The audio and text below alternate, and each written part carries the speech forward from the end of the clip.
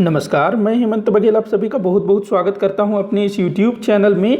आज की इस वीडियो में हम बात करने वाले हैं सिंधु घाटी सभ्यता से संबंधित 50 महत्वपूर्ण प्रश्नों पर।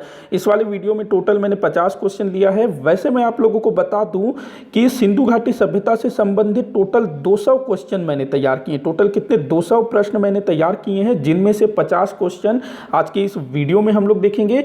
बाकी बचे हुए क्वेश्चन को हम लोग आने वाले वीडियोज में सॉल्व करेंगे। तो ये सभी 200 प्रश्न किसी भी मतलब पहले जो है किसी ना किसी परीक्षा में पूछे गए हैं और बहुत अधिक संभावना है कि आने वाले किसी भी प्रतियोगी संबंधी परीक्षा में पूछे जाएंगे। तो आप लोग जो है इन सभी क्वेश्चंस को ध्यान से देखिएगा, सॉल्व करने की कोशिश करिएगा। तो ये टोटल 4 वीडियो आएंगे 50-50 क्वेश्चन के, तो काफ़ी इंपॉर्टेंट होंगे। तो आप लोग जो है सभी वीडियोज़ को देखिएगा, क्वेश्चन को सॉल्व करने की कोशिश करिएगा।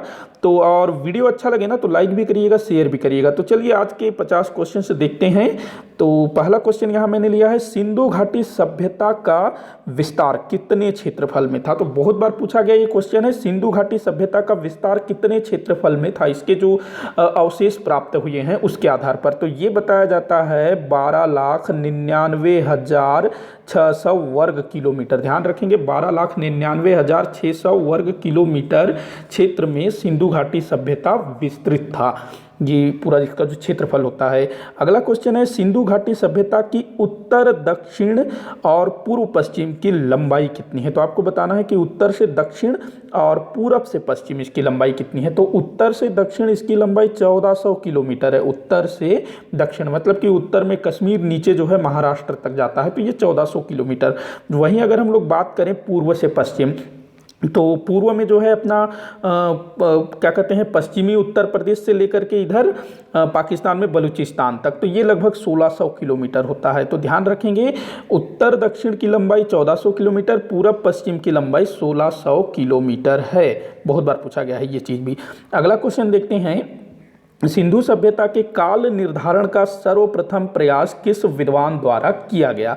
काल निर्धारण मतलब कि आखिर सिंधु घाटी सभ्यता कितनी पुरानी है। तो सर्वप्रथम किस विद्वान द्वारा यह जानने की कोशिश की गई। तो नाम याद रखेंगे, sir John martial. Sir John martial जो कि उस समय मतलब कि जिस समय यह सभ्यता खोजी गई उस टाइम पर हमारे भारत में ये जो है पुरातात्विक विभाग के प्रधान थे, महानिदेशक थे सर जॉन मार्शल। और इन्हीं को जो है पूरा श्रेय जाता है ये पूरा खनन कार्य वगैरह करवाने का, क्योंकि ये महानिदेशक थे, हेड थे पुरातात्विक विभाग के।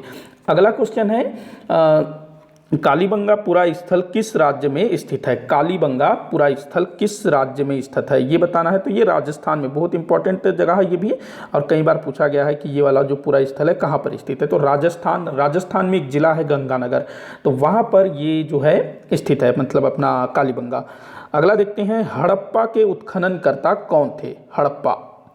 तो हड़प्पा के उत्खननकर्ता कौन थे। तो देखिए हड़प्पा जो सिंधु घाटी सभ्यता संबंधी प्रथम स्थल था जिसको खोजा गया था, खोजकर्ता कौन थे, राय बहादुर दयाराम साहनी। तो उन्होंने ही इसका उत्खनन कार्य करवाया था। लेकिन आगे चल करके सर जॉन मार्शल उन्होंने भी हड़प्पा में उत्खनन करवाया था। इन दोनों के अलावा एक और नाम मिलता है, माधो स्वरूप वत्स। नाम याद रखेंगे, माधो स्वरूप वत्स। इन्होंने भी इस क्षेत्र में उत्खनन कार्य करवाया था।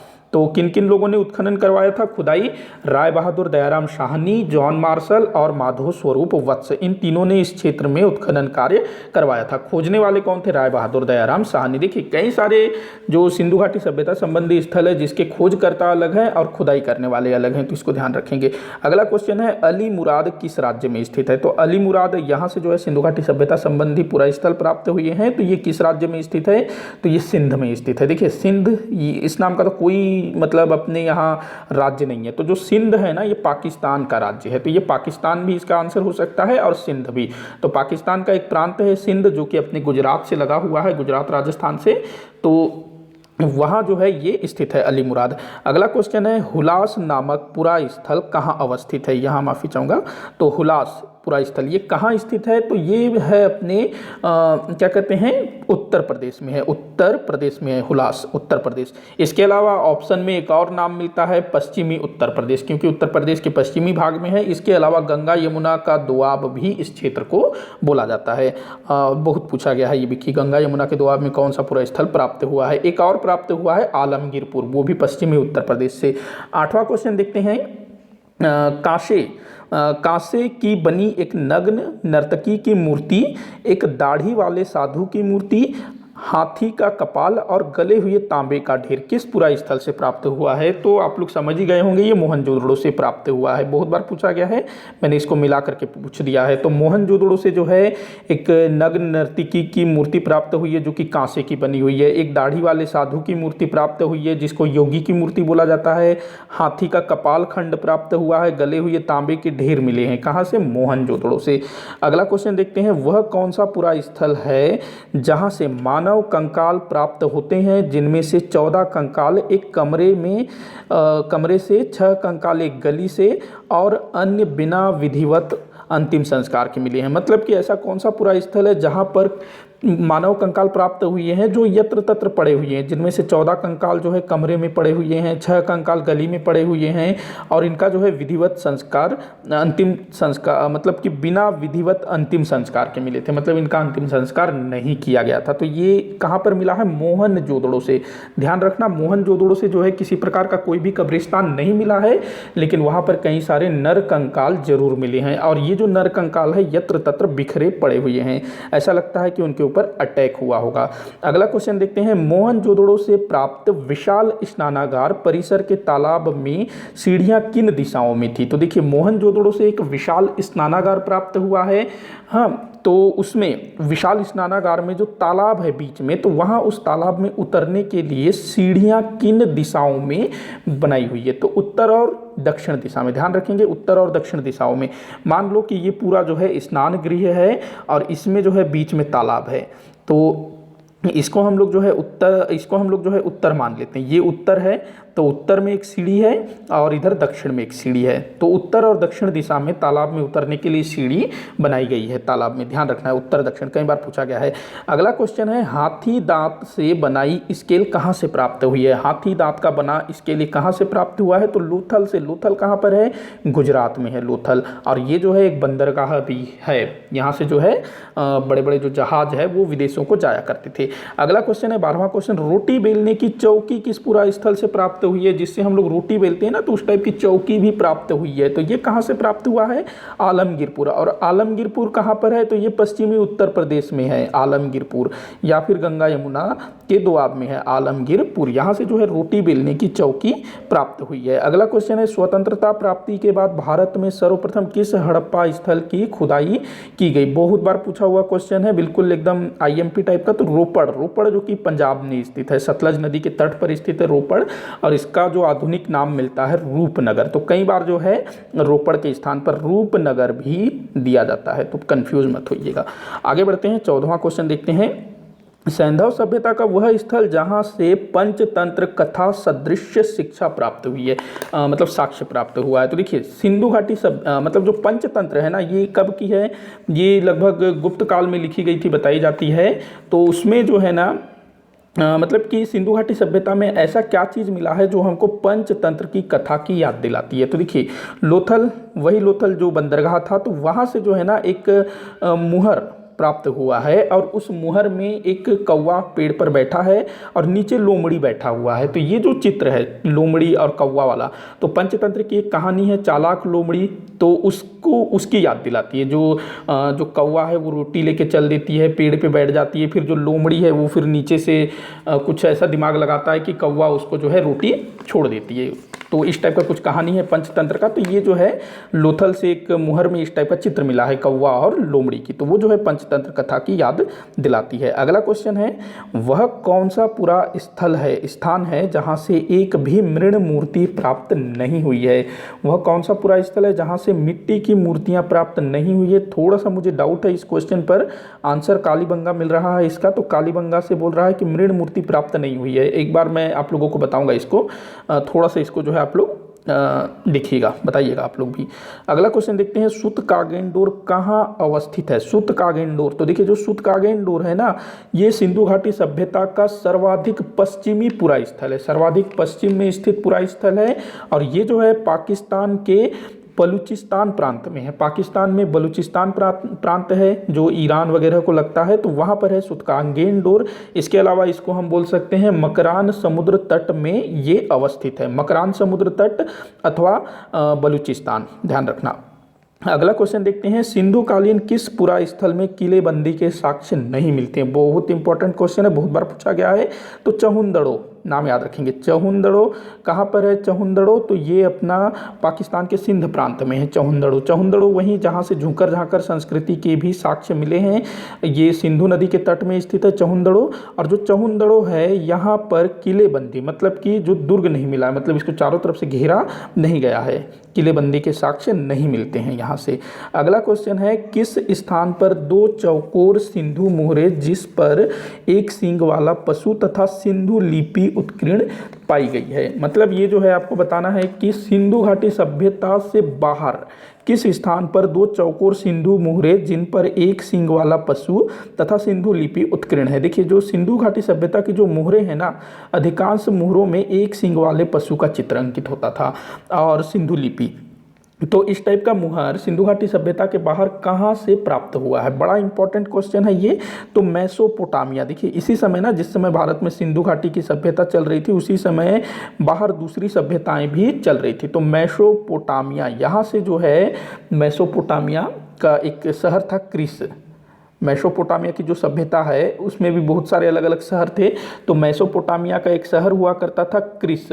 तो वहाँ से जो है दो मोहरे प्राप्त हुई है जिसमें एक सींग वाला पशु और सिंधु लिपि उत्कीर्ण है। तो बहुत इंपॉर्टेंट हो सकता है, मेसोपोटामिया के क्रिस शहर से ये मोहरे प्राप्त हुई है। अगला क्वेश्चन देखते हैं, सिंधु सभ्यता से संबंधित सर्वाधिक पुरा स्थल किस नदी के तट पर प्राप्त हुआ? ये भी बहुत बार पूछा गया क्वेश्चन है और बहुत आसान क्वेश्चन है। तो सिंधु नदी के तट पर बहुत सारे पुरा स्थल प्राप्त हुए हैं, ध्यान रखना, क्योंकि इस सभ्यता का जो विस्तार है सिंधु नदी के आसपास ही बहुत देखने को मिलता है। 20वां क्वेश्चन है, सिंधु कालीन किस पुरा स्थल में घरों के अंदर से कुएं के साक्ष्य प्राप्त नहीं हुए हैं? तो देखिए जो क्या बोल रहा है, प्राप्त हुए हैं, तो कहाँ से घरों के अंदर से कुएं के साक्ष्य प्राप्त हुए हैं? तो कालीबंगा। कालीबंगा वही जो राजस्थान में है, राजस्थान के गंगानगर जिले में कालीबंगा स्थित है। तो यहाँ पर जो है घरों के अंदर से कुएं के साक्ष्य प्राप्त हुए हैं, घर के अंदर ये लोग कुएं बनवाते थे, कालीबंगा के निवासी। अगला क्वेश्चन है, इतिहासकारों द्वारा सैंधव कालीन कितने स्थलों को हड़प्पा सभ्यता की राजधानी की संज्ञा दी गई है? तो देखिए दो, एक इतिहासकार है पिगट, स्टुअर्ट पिगट, तो इसने जो है हड़प्पा और लोथल को जो है सिंधु घाटी सभ्यता की राजधानी बताया है, हड़प्पा और लोथल को। इसके अलावा जो कालीबंगा है, अभी हम लोगों ने पीछे देखा कालीबंगा जो राजस्थान में है, और कालीबंगा के घरों के अंदर से कुएं मिलते थे, तो जो कालीबंगा है उसको तीसरी राजधानी बोला गया है। एक इतिहासकार है दशरथ शर्मा, उनके द्वारा। तो ध्यान रखेंगे हड़प्पा और मोहनजोदड़ो को स्टुअर्ट पिगट द्वारा सिंधु घाटी सभ्यता की जुड़वा राजधानी बताया गया है, और दशरथ शर्मा द्वारा कालीबंगा को इस सभ्यता की तीसरी राजधानी कहा गया है। तो इस प्रकार से इसका आंसर देखिएगा आप लोग।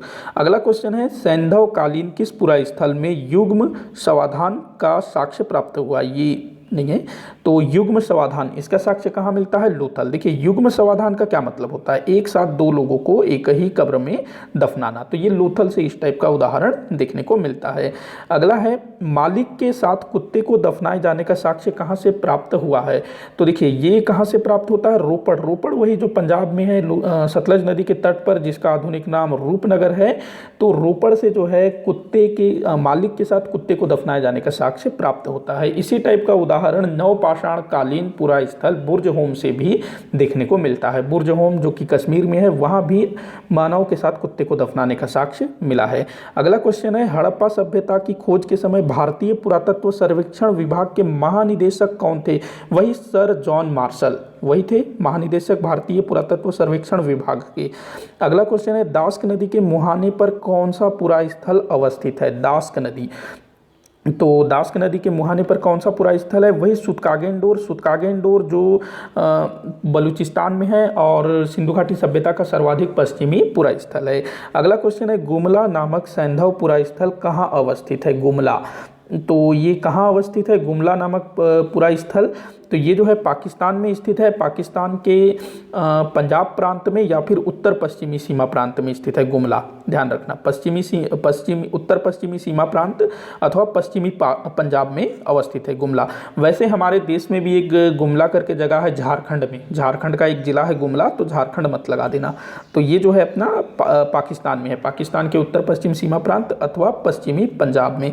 अगला क्वेश्चन देख लेते हैं 27वां क्वेश्चन।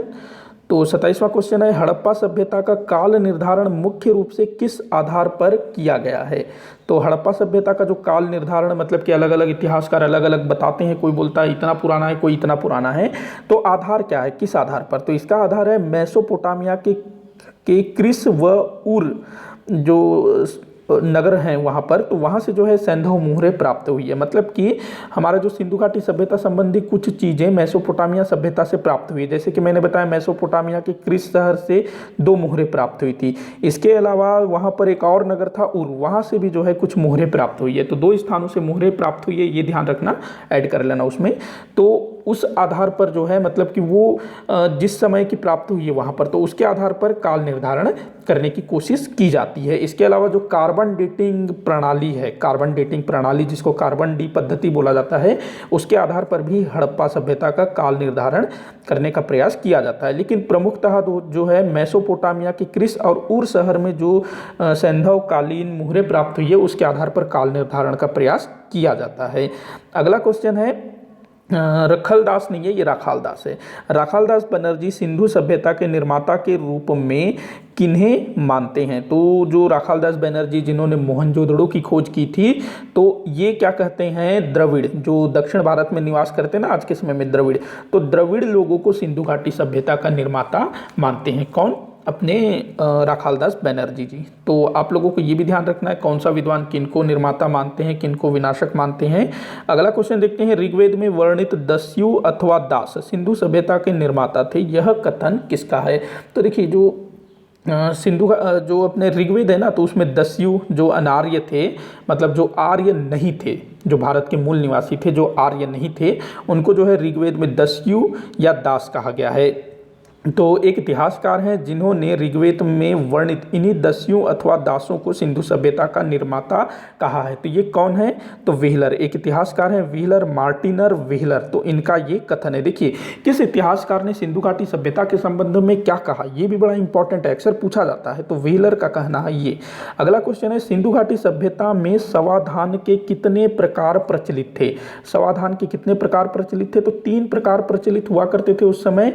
पहला होता था आंशिक समाधान, जिसमें क्या होता था, डेड बॉडी को जंगल में छोड़ दिया जाता था, फिर उसको जीव जंतु खा लेते थे, फिर जो बचा हुआ अवशेष होता था उसको दफना दिया जाता था।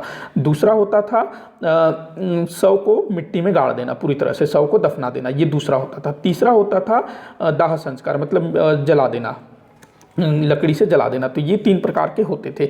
और जो राख वाख होता था ना, मतलब जलाने के बाद, तो उसको कलश में रख करके मिट्टी में गाड़ दिया जाता था। तो 3 प्रकार के समाधान प्रक्रिया प्रचलित थे इस समय। अगला क्वेश्चन है, हड़प्पा से मोहनजोदड़ो की दूरी कितनी है? तो ये भी कभी कभी पूछा जाता है। हड़प्पा से मोहनजोदड़ो की दूरी तो 640 किलोमीटर दूर है। जो हड़प्पा है वो पंजाब प्रांत में है और जो मोहनजोदड़ो है वो अपने सिंध प्रांत में है, पाकिस्तान के। अगला क्वेश्चन है, डेरा इस्माइल खान नामक पुरातात्विक स्थल कहाँ अवस्थित है? तो इस टाइप के क्वेश्चन अब बहुत पूछा जाता है कि कौन सा पूरा स्थल कहाँ स्थित है, किस नदी के तट पर स्थित है। तो ध्यान रखिएगा आप लोग। तो डेरा इस्माइल खान ये कहाँ स्थित है? तो पंजाब में। पंजाब मतलब पाकिस्तान वाला पंजाब, जिसको पश्चिमी पंजाब बोला जाएगा, तो पाकिस्तान के पंजाब प्रांत में है। अगला क्वेश्चन देखते हैं, सिंधु सभ्यता की उत्पत्ति मेसोपोटामिया की सुमेरियन सभ्यता से हुई है, किन विद्वानों का ऐसा मानना है? तो देखिए कुछ विद्वान हैं जिनका कहना है कि सिंधु घाटी सभ्यता की उत्पत्ति मेसोपोटामिया और सुमेरियन सभ्यता से हुई है। जिस समय सिंधु घाटी सभ्यता चल रही थी उसी समय जो है मेसोपोटामिया और सुमेरिया की सभ्यता भी चल रही थी। तो कुछ इतिहासकारों का कहना है कि सिंधु घाटी सभ्यता के निवासी यही लोग थे। तो कौन कौन से हैं वो? सबसे पहला नाम याद रखेंगे सर जॉन मार्शल, वही जो पुरातत्व विभाग के महानिदेशक थे। दूसरा नाम याद रखेंगे गार्डन चाइल्ड। तीसरा नाम याद रखेंगे मार्टिनर व्हीलर। तो ये 3 लोग थे, sir John Marshall, Gordon Childe और मार्टिनर व्हीलर। तो इन तीनों ने ये कथन कहा है। अगला क्वेश्चन है, किस पुरा स्थल से यज्ञ ये वेदिकाएं हैं। तो किस पुरा स्थल से यज्ञ वेदिकाएं प्राप्त हुई है। तो 2 स्थान है, पहला कालीबंगा राजस्थान वाला, दूसरा लोथल। तो इन दोनों स्थानों से जो है यज्ञ वेदिकाएं प्राप्त हुई है। यज्ञ वेदिकाएं मतलब जो ऋग्वैदिक काल में जिनमें यज्ञ किया जाता था, तो उस टाइप की चीज़ें जो है इन दोनों स्थलों से प्राप्त हुआ है। तो अपने आप में काफ़ी इंपॉर्टेंट हो जाता है। अगला क्वेश्चन 35वां, सिंधु घाटी सभ्यता के किन पुरा स्थलों में घोड़े के साक्ष्य प्राप्त हुए हैं। वैसे तो सिंधुवासी घोड़े से परिचित नहीं थे, लेकिन फिर भी कुछ स्थानों से घोड़े के साक्ष्य प्राप्त होते हैं, जैसे कि मोहनजोदड़ो, वहाँ से जो है घोड़े की मतलब मिट्टी की प्रतिमा मिली है, घोड़े की मूर्ति मिली है मिट्टी की। और उसके बाद लोथल से जो है मिट्टी की 3 मृण मूर्तियाँ प्राप्त हुई है। उसके बाद सूरकोटदा ये भी गुजरात में है, और यहाँ से जो है घोड़े की हड्डी मिली है, जो बताया जाता है कि सिंधु घाटी सभ्यता की काफ़ी पहले की हो सकती है। तो लोथल से मृण मूर्ति, मोहनजोदड़ो से भी मृण मूर्ति, और सूरकोटदा से हड्डी प्राप्त हुई है। इसके अलावा कालीबंगा से भी मिलने का साक्ष्य प्राप्त हुआ है, लेकिन फिलहाल आप जो है 3 को ही ध्यान रखिएगा। अगला क्वेश्चन देखते हैं 36वां क्वेश्चन, सिंधु घाटी सभ्यता कब स्थल कौन सा है जहां से समुद्री यात्रा के साक्ष्य। अच्छा, सिंधु घाटी सभ्यता का वह स्थल कौन सा है जहां से समुद्री यात्रा के साक्ष्य प्राप्त हुए हैं। मतलब सिंधु घाटी सभ्यता का वह स्थल कौन सा है जहां से पता चलता है कि सिंधुवासी समुद्री यात्राएं भी किया करते थे। तो लोथल, क्योंकि लोथल से जो है एक बंदरगाह प्राप्त हुआ है, और ऐसा, और वहाँ पर जो है ना दूसरे देशों की कुछ मुद्रें भी प्राप्त हुई है, जैसे कि फारस की मुद्रा प्राप्त हुई है। तो इसी से अनुमान लगाया जाता है कि लोथल से जो है विदेशों में व्यापार होता था। ध्यान रखेंगे। अगला क्वेश्चन है, संघोल नामक पुरा स्थल किस राज्य में अवस्थित है। संघोल, तो ये कहाँ पर है, पंजाब में है। पंजाब अपने वाले पंजाब में है, भारत के पंजाब में है संघोल, ध्यान रखना, पंजाब में है संघोल। उसके बाद अगला क्वेश्चन है, हड़प्पा के आसपास जमीन के अंदर कोई सभ्यता दफन है, यह जानकारी सर्वप्रथम कब और किसने दी। देखिए, हड़प्पा जो पंजाब में है, पाकिस्तान के पंजाब में, तो वहाँ जमीन के अंदर कोई सभ्यता दफन है, यह जानकारी सर्वप्रथम कब और किसने दी। तो देखिए, इस संबंध में जानकारी जो है सबसे पहले 1826 में एक व्यक्ति था, चार्ल्स मैनसन। क्या नाम था, चार्ल्स मैनसन। तो इसके द्वारा जो है पहली बार जानकारी दी गई कि इस के नीचे जो है कोई सभ्यता हो सकती है। लेकिन उस समय जो है अंग्रेज खुद यहाँ जद्दोजहद कर रहे थे, तो इसी कारण से कुछ हो नहीं पाया। तो ध्यान रखेंगे, 1826 में चार्ल्स मैनसन ने पहली बार जानकारी दी थी कि हड़प्पा के नीचे कोई ना कोई सभ्यता दफन है, यहाँ खोज की आवश्यकता है। तो धीरे बाद में ये चीज़ हुआ। तो 1826 ध्यान रखेंगे। अगला क्वेश्चन है, किसने सर्वप्रथम सिंधु सभ्यता संबंधी मोहरें प्राप्त की थी। तो ये कनिंघम, इतिहासकार कनिंघम थे। मतलब ये इतिहासकार नहीं थे, ये शायद ना, पता नहीं इतिहासकार थे या इंजीनियर थे। तो 1853 में इसने जो है हड़प्पा, वही पंजाब वाला हड़प्पा, पाकिस्तान का पंजाब वाला, तो वहाँ पर जो है 1853 में इसने जो है कुछ मोहरें प्राप्त की थी 1853 में। लेकिन उस समय ये जो है उसके महत्व को समझ नहीं पाया। अलेक्जेंडर कनिंघम इसका पूरा नाम है, अलेक्जेंडर कनिंघम। अगला क्वेश्चन है, मोहनजोदड़ो का एक नाम मृतकों का टीला भी मिलता है। मोहनजोदड़ो किस भाषा का शब्द है। तो आप लोगों ने पढ़ा ही होगा, मोहनजोदड़ो को मृतकों का टीला बोला जाता है। तो किस भाषा का शब्द है। तो देखिए, मोहनजोदड़ो कहाँ अवस्थित है, पाकिस्तान के सिंध प्रांत में। तो जो सिंधी भाषा है उसी का ये शब्द है मोहनजोदड़ो, ध्यान रखना, पूछा गया है ये भी। अगला क्वेश्चन देखते हैं, किस विद्वान ने मोहनजोदड़ो से प्राप्त स्नानागार को समकालीन विश्व का आश्चर्य बताया है। तो देखिए, जो स्नानागार है ना, सिंधु घाटी सभ्यता जिस समय था, उस समय जो दूसरी सभ्यताएं थी, मेसोपोटामिया हो, मिस्र की सभ्यता हो, सुमेरिया की हो, यूनान की हो, चीन की हो, तो इनमें इस टाइप का कोई भी चीज़ देखने को नहीं मिलता है। तो जो सर जॉन मार्शल हैं, वही अपने महानिदेशक इतिहास विभाग के उस समय, तो उन्होंने ये कहा है, मतलब स्नानागार को समकालीन विश्व का आश्चर्य बताया है सर जॉन मार्शल ने। अगला क्वेश्चन है, हड़प्पा कालीन नगर कितने भागों में ये बटे हैं, कितने भागों में बटी हुई होती थी। तो जो हड़प्पा कालीन नगर है ना, वो 2 भागों में बटी हुई होती थी, 2 भाग में बटे हुए होते थे।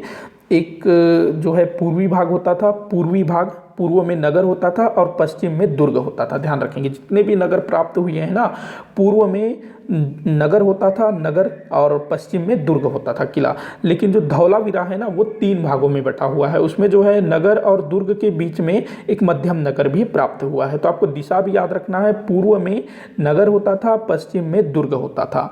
अगला क्वेश्चन देखते हैं, इस पुरा स्थल में कोई के साक्ष्य प्राप्त नहीं हुए हैं। ये मैंने क्या लिख दिया है, कुछ तो यहाँ मैंने मिस्टेक कर दिया है। अच्छा, कुआं, तो किस पुरा स्थल में कुएं के साक्ष्य प्राप्त नहीं है? कुआं, तो कहाँ से कुएं के साक्ष्य प्राप्त नहीं हुए हैं? तो ये है हड़प्पा से जो है कुएं के साक्ष्य प्राप्त नहीं हुए। ध्यान रखेंगे थोड़ा सा, फिर भी ना इस वाले क्वेश्चन को देखिएगा, मार्क कर देता हूँ। तो जिसमें मुझे थोड़ा सा डाउट होगा ना, मैं उसको बता दिया करूँगा आप लोगों को। बाकी आप लोग भी कमेंट में बताइएगा कोई भी क्वेश्चन में आप लोगों को डाउट होता है। तो अगला क्वेश्चन देखते हैं, वह कौन सा पुरा स्थल है जहाँ से नरसिम्हा की आकृति वाला मुहर प्राप्त हुआ है? नरसिम्हा, देखो नरसिम्हा जो कि विष्णु जी का एक अवतार है। विष्णु जी जिसमें जो अपने क्या कहते हैं, प्रहलाद होता है ना, तो उसके भक्ति से प्रसन्न होकर के नरसिम्हा अवतार लेते हैं, मतलब कि आधा मनुष्य और आधा जानवर वाला जो अवतार है। तो इसी टाइप का एक जो है आकृति प्राप्त हुआ है, मतलब कि एक मुहर में इसी टाइप का एक आकृति मिला है। तो वो कहाँ मिला है ये आप लोगों को बताना है। तो ये मिला है मोहनजोदड़ो से। ध्यान रखना, मोहनजोदड़ो से।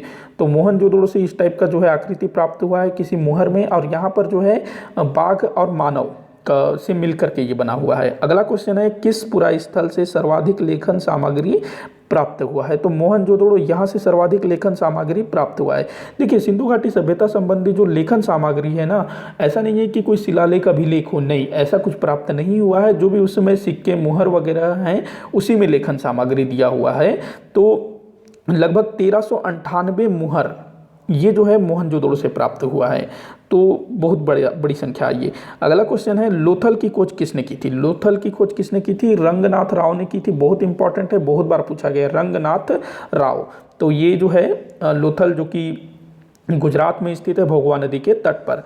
अगला क्वेश्चन है, सिंधु सभ्यता के अवशेष कितने देशों से प्राप्त हुई है? तो ये 3 देशों से प्राप्त होती है। एक तो पूरा जो पाकिस्तान है वहाँ से प्राप्त हुआ है, भारत का पश्चिमी भाग और अफगानिस्तान का पूर्वी भाग। तो इन 3 देशों से प्राप्त हुआ है।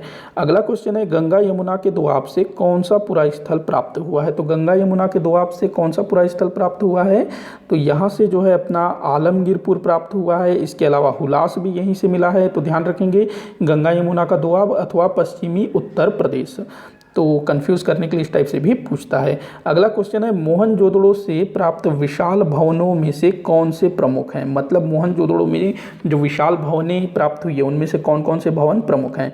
तो यहाँ से एक अन्नागार प्राप्त हुआ है, अनाज रखने का भंडार गृह, अन्नागार। हाँ, दूसरा प्राप्त हुआ है पुरोहित आवास। पुरोहित आवास एक प्राप्त हुआ है, सभा भवन।